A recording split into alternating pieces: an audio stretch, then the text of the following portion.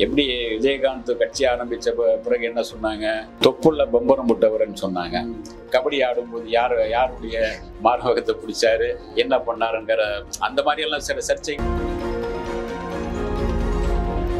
மக்கள் மத்தியில நீங்க என்ன போராட்டம் பண்ணியிருக்கீங்கிறது ஒண்ணு இருக்கு. ஒரே ஒரு போராட்டம் இலங்கை தமிழர்களுக்காக ஒரு முறை உண்ணாவிரதம் இருந்தார். காரணம் அவருடைய மனைவி இலங்கையை சேர்ந்தவங்க. அப்பாவை நீங்க செத்துக்கல, அம்மாவை மட்டும் செத்துக்கிறீங்க, அம்மாவுக்கு மட்டும் கோயில் கட்டி கொடுத்துருக்கீங்க. அந்த கோயில்ல பல சர்ச்சைகள் ஓடிட்டு இருக்கு. அவங்க அப்பா தான் ஆரம்பத்துல இந்த அரசியலுக்கான விதையை போட்டது. அவருக்கு போட்டு அந்த கட்சியை அவருடைய ரசிகர் மன்றத்தை நற்பணி மன்றமா மாத்தினதும், அதுக்கு பிறகு மக்கள் இயக்கமா மாத்துறதும் அவர் தான். புஷி ஆனந்த் அவர் பிஜேபி ஆதரவாளர். ஏறக்குறைய அவருக்கான அந்த களத்துல தான் இவர் வர்றாருங்கிற மாதிரி ஒரு இது இருக்கு. ஒரு ஆங்கில இந்தியன் லேடி டீச்சர், அவங்க லவ் பண்ணி அவரும் டீச்சர் தான் லவ் பண்ணி அவங்க கன்வெர்ட் ஆனாங்க. அது பேர்ல இவருடைய பேர் ஆனமுத்தர் ஜோசப் தான். இந்த விஜய்ங்கிற கதாபாத்திரங்களை நடிக்க அவருடைய பேர் அப்படியே விஜயாவே அமைஞ்சது.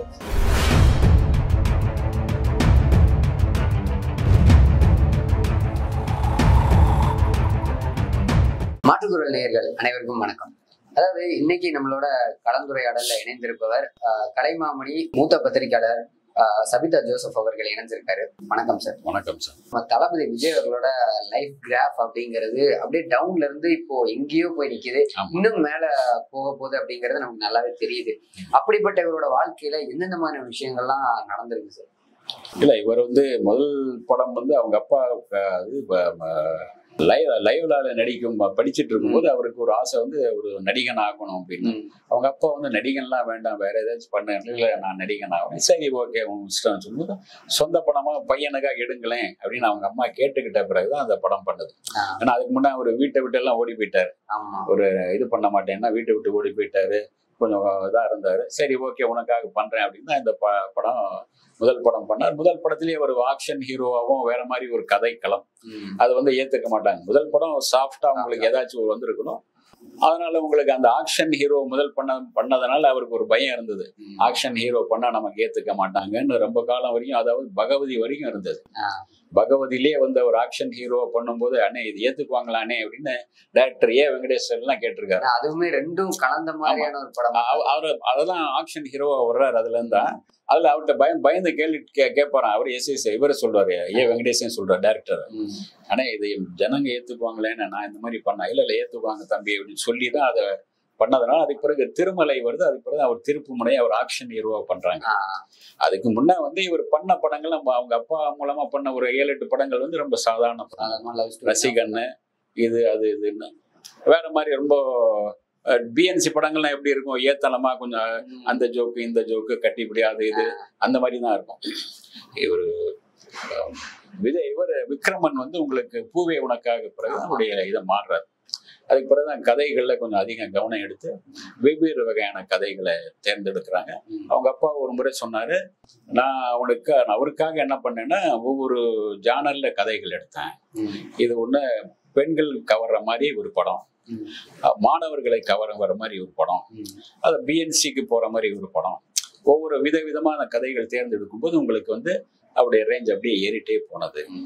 அதனாலதான் அவருடைய வளர்ச்சி அப்படியே படிக்கட்டா அப்படியே வந்தது.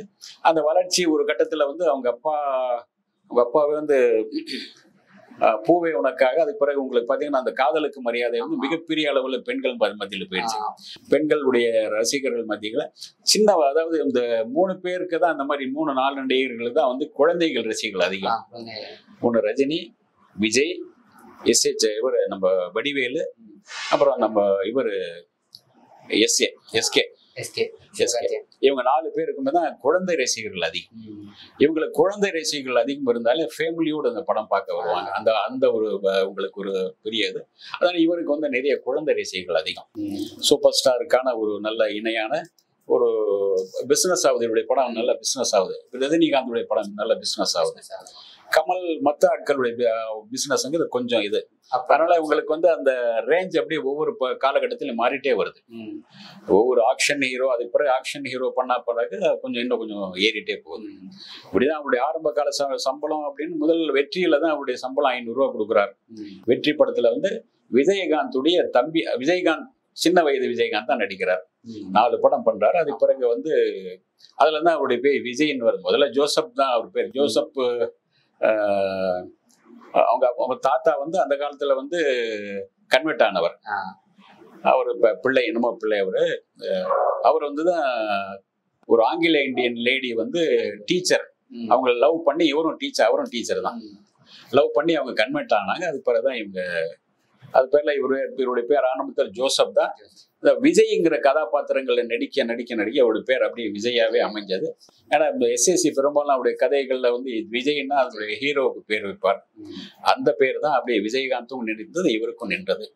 விஜய் அப்படிதான் ஒரு வெற்றியாளராக வந்தாரு.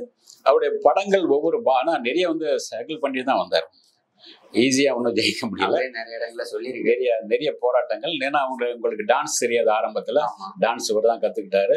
பாடல் அப்படிங்கிறது அவங்க அம்மா வந்து ஒரு பாடகியா இருந்ததுனால ஈஸியா, அவங்க மாமா ஒரு பாடகர், அந்த குடும்பமே இசைமயமான குடும்பங்கள், ஈஸியா ஒரு பாடகராக முடிஞ்சது. நடிப்புக்கு நிறைய கொஞ்சம் மெனக்கெட்டார்.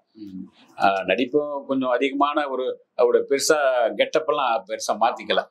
ஏன்னா அஜித் கூட ஒரு சிட்டிசன்ல ஒரு 7-8 கெட்டப் போட்டிருப்பார். இந்த மாதிரி அவர் மாத்திக்கல.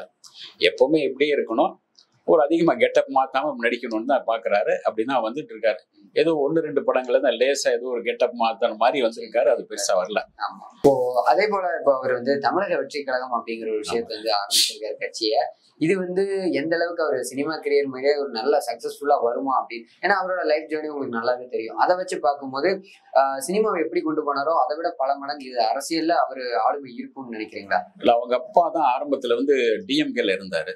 அதனால அரசியல் ஓரளவு அவருடைய தமிழ்நாட்டு அரசியல் அவர் பண்ணிட்டு இருப்பார். தமிழ்நாட்டு திராவிட அரசியல் அவருக்கு ஈடுபாடு உண்டு. அப்படிதான் அவருக்கு. அவங்க அப்பா தான் ஆரம்பத்துல இந்த அரசியலுக்கான விதையை போட்டது. அவருக்கு போட்டு அந்த கட்சியை வந்து அவருடைய ரசிகர் மன்றத்தை நற்பணி மன்றமா மாத்தினதும், அதுக்கு பிறகு மக்கள் இயக்கமா மாத்துறதும் அவர் தான்.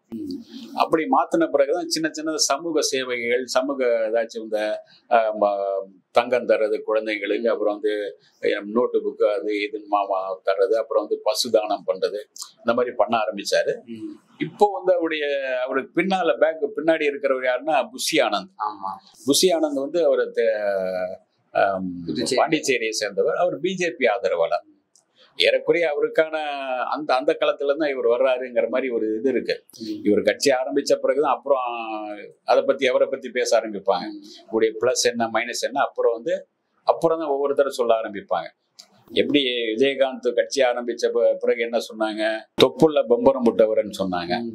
எம்ஜிஆர் கட்சி ஆரம்பிச்ச பிறகுதான் மலையாளின்னு சொன்னாங்க. அதே மாதிரி இவர் கட்சி ஆரம்பிச்சு தேர்தல் அரசியலுக்கு வரும்போது இவருடைய என்னென்ன எல்லாம் வரும். இவர் கபடி ஆடும்போது யாருடைய மார்பகத்தை பிடிச்சாரு, என்ன பண்ணாருங்கிற அந்த மாதிரி எல்லாம் சில சர்ச்சைகள் அப்போ கிளப்புவாங்க. இப்போதைக்கு ஒண்ணும் கிடையாது. இப்போது அவர் வந்து கட்சியை தொடங்கிட்டாரு. இவருடைய கட்சிக்கான கொள்கைகள் என்னங்கிறது இனிமேதான் வரும். இப்போ வந்து அவரு அதுக்கும் பேச மாட்டாரு. ஒரு ஹைகோ மாதிரி நான் கேள்வி கேட்டாலும் ஹைகோ மாதிரி 4 வரியில் தான் சொல்லுவாரு. இப்போதைக்கு கொஞ்சம் பேச கத்துக்க வேண்டியிருக்கும். இது வரைக்கும் எழுதி கொடுத்தது பேசிட்டு இருந்தா, இப்போ வந்து அவரே அந்த அரசியல் சம்பந்தமா கவனிக்க ஆரம்பிச்சிருக்காரு. இப்போ வந்து அவருக்குன்னு அரசியல் பொலிட்டிக்கல் இது பண்றதுக்கு ஒரு 2 பேர் நியமிச்சிருக்காங்க. அவங்க மூலமா பயிற்சி எடுத்துக்கிட்டு இருக்காரு.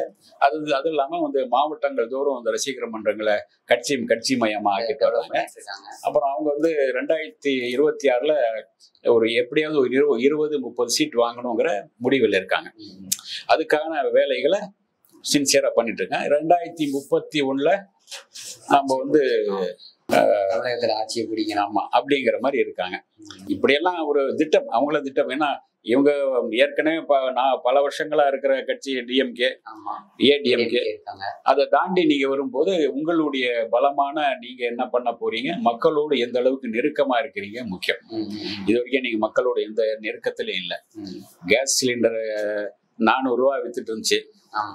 இப்போ ஒரு மாசத்துக்கு 3 மாசத்துக்கு வாங்க வேண்டிய கேஸ் சிலிண்டர் 1 மாசத்துக்கு வாங்குற அந்த செலவு பண்றோம். 1200 ரூபாய். முன்ன ஒரு 400 ரூபான்னு 3 மாசத்துக்கு 3 கேஸ் சிலிண்டர் வந்தது. அதுக்காக நீங்க ஒன்றும் பேசல. பெட்ரோல் விலை ஏறிச்சு, அதுக்காக நீங்க பேசல. சைக்கிள்ல வந்துட்டா இப்ப அதுக்கு எதிர்ப்பு எல்லாம் கிடையாது. அதை பத்தி நீங்க பேசல. ஃபீல்டுக்குள்ள இருக்கும் போது டைரக்டா எதிர்த்து பேசணும்னா அவருக்கு படங்கள் ரிலீஸ் ஆகிறதுல ஒரு பிரச்சனை இருக்குல்ல. அதை வந்து நீங்க உங்க படங்கள்ல இருக்க கருத்தை சொல்லலாமே. அப்படிதான் சர்க்கார்ல நிறைய விஷயங்கள சொல்லியிருப்பாரு. சர்க்கார் படத்தை மூலியமா. சர்க்கார்ல கொஞ்சம் சொன்னாங்க. இன்னும் அதாவது நீங்க எம்ஜிஆர் எப்படி வளர்ந்தாருன்னா, இந்த மாதிரி உங்களுக்கு ஒரு கட்சியோட இருந்தாரு. வெளியே வந்தார், மக்களோடு தொடர்பு வச்சிருந்தார், மக்களோடு பேசினார், மக்களுக்கான நேரடியா உதவிகள் பண்ணிட்டு இருந்தார்.